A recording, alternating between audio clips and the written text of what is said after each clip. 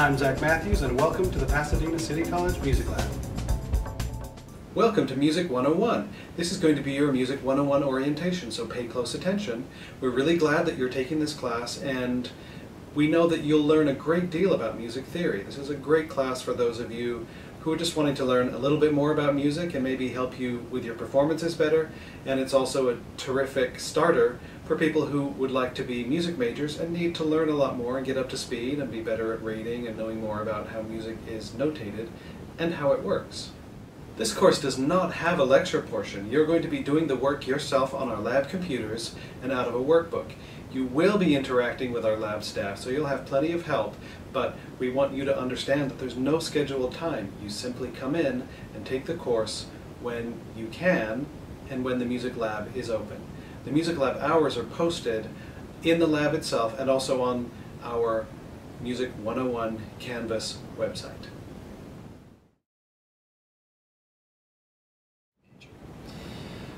We have a textbook for the class. This is Alfred's Essentials of Music Theory.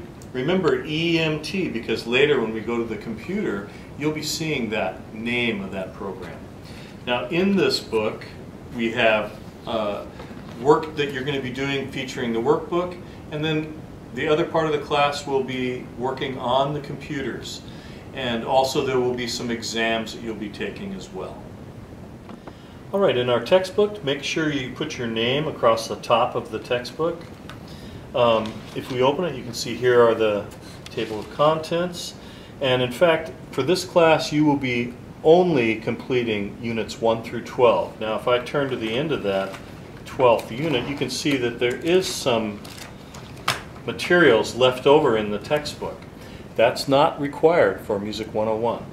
However, if I look at the first chapter, you can see that we have something to learn, then we have a gray line, and then something to do. These are exercises down here that you will complete after you learn this material. And there's quite a few pages like that. Just so you know, this little check mark up here is because this was returned, and so then once we check a page, we put a check mark. Now if I turn ahead here, I eventually get to an ear training lesson and also a review lesson. And you should do these pages as well. Now the ear training section is a little problematic because it is for the textbook. It does not align with the computer software. As you will learn later, the workbook pages that are to do with ear training use the iTunes program on the lab computers or on the iPods. Alright, all these pages that you're going to be doing in the workbook count toward your grade. And notice that at the end of each unit you're going to have a review lesson. You should do this, and also your computer program. When you do the computer program, you're going to be taking a review test at the end of each computer unit. And those are counting toward your final grade as well. Most of your work in this class will be done here in the lab computers. We have 18 computers that are set up with Alfred's Essentials of Music Theory and also the iTunes programs. These are these first rank over here, and on the other side we have some more computers that are available. As long as it says station 1 through 18, that should have everything you need to go. And be sure to let the lab supervisor know if you have any problems with the computers, if things aren't working properly. If the class that you are taking requires lab hours, this is where we keep track of the time that you spend in the lab. You must have a student ID, and you take your ID and run it through the card reader, or type the last 8 digits into the keyboard and hit return, and then you're in the system. Now when you finish working in the music lab, then you have to clock out. If you forget to clock out, you have a real problem because it drops your time for that particular visit. Don't try to clock in during the class times. Say if a class gets canceled, make sure that you realize that you can't clock in during class time. If you have multiple music classes, you'll see a list to select from. Not every music class requires lab hours though.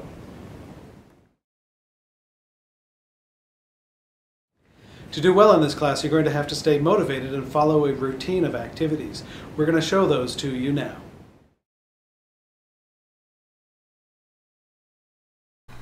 Step 1. Log in to the time reporting computer. Don't forget to log out or you will lose those hours. Keep in mind you will need 27 hours before the end of the semester. Step 2. Using your workbook and the computer programs, complete your work.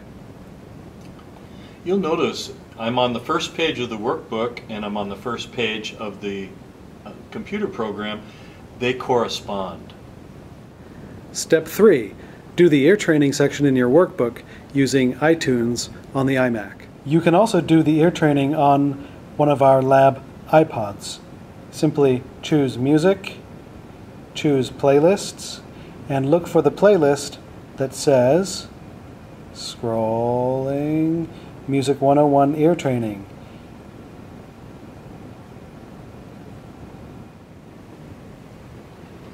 This is our lab circulation area. This is where you can check out books, music, DVD, CDs, and we also have some equipment. We also use this to check out practice rooms. What I'm going to do right now is check out an iPod because I want to do some listening for my class. Here's how you do it. Have your ID card ready. Please, may I have an iPod? Would you like to have headphones with that? I don't need headphones. I have my own. Thank you very much. All right, I'll just need to see your ID card. There you are. That's a 2-hour loan. Thank you. Okay, I finished with my iPod and now I'm going to turn it back in. If you have something expensive like an iPod, make sure that you hand it straight to the student worker. If it's busy and you need to go and you have a book or some sheet music, you can put it here in the return items box and it will get checked in soon enough. Step 4. Take the review in the workbook and complete the review test in EMT. Don't forget that the review tests on the computer become part of your grade. Step 5. Turn in your workbook for grading. When you return to the lab, your book should be graded and ready for you to continue working. It's very important that you get your book graded regularly. Do a unit or maybe 2 and then turn it in for grading. That way you'll know that you are staying on track. Step 6. When you've completed Unit 6, bring in your workbook. Be prepared with a Scantron because you're going to take the midterm exam. So you've got your Scantron. The lab supervisor will give you your exam and then you will go take it. While you're taking your exam, your workbook will be graded and then you'll get it back as soon as you're done and return the exam. Step 7. When it's time to complete the course and you finish Unit 12, come and take the final exam in just the same way that you did the midterm. You want to stay on track in this course and make sure you complete the work. And so for the regular semesters, fall and spring, you need to complete approximately 1 unit per week. In the intersessions, approximately 2 units per week.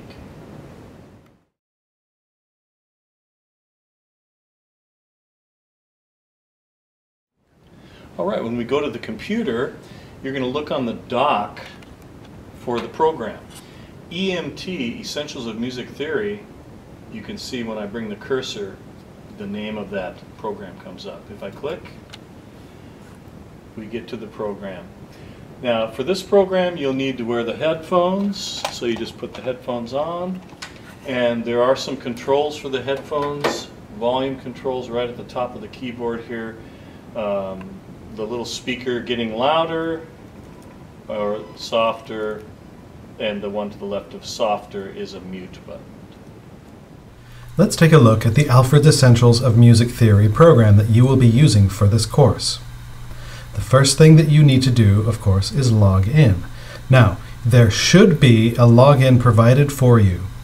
If you registered for the class late, you might find that it's not there yet.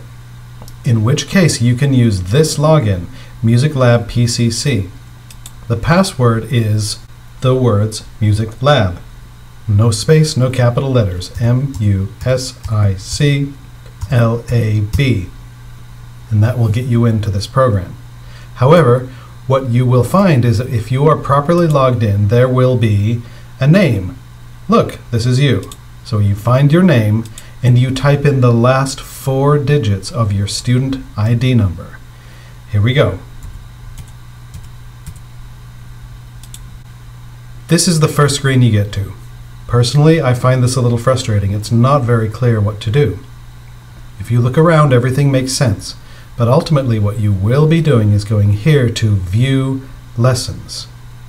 Now, on your first go around, you might just want to click on some of these other buttons, get a sense of how the program works. You can change your password. But once you've done that little tour, come here, click on View Lessons, and it will bring you to the very first page, the welcome page.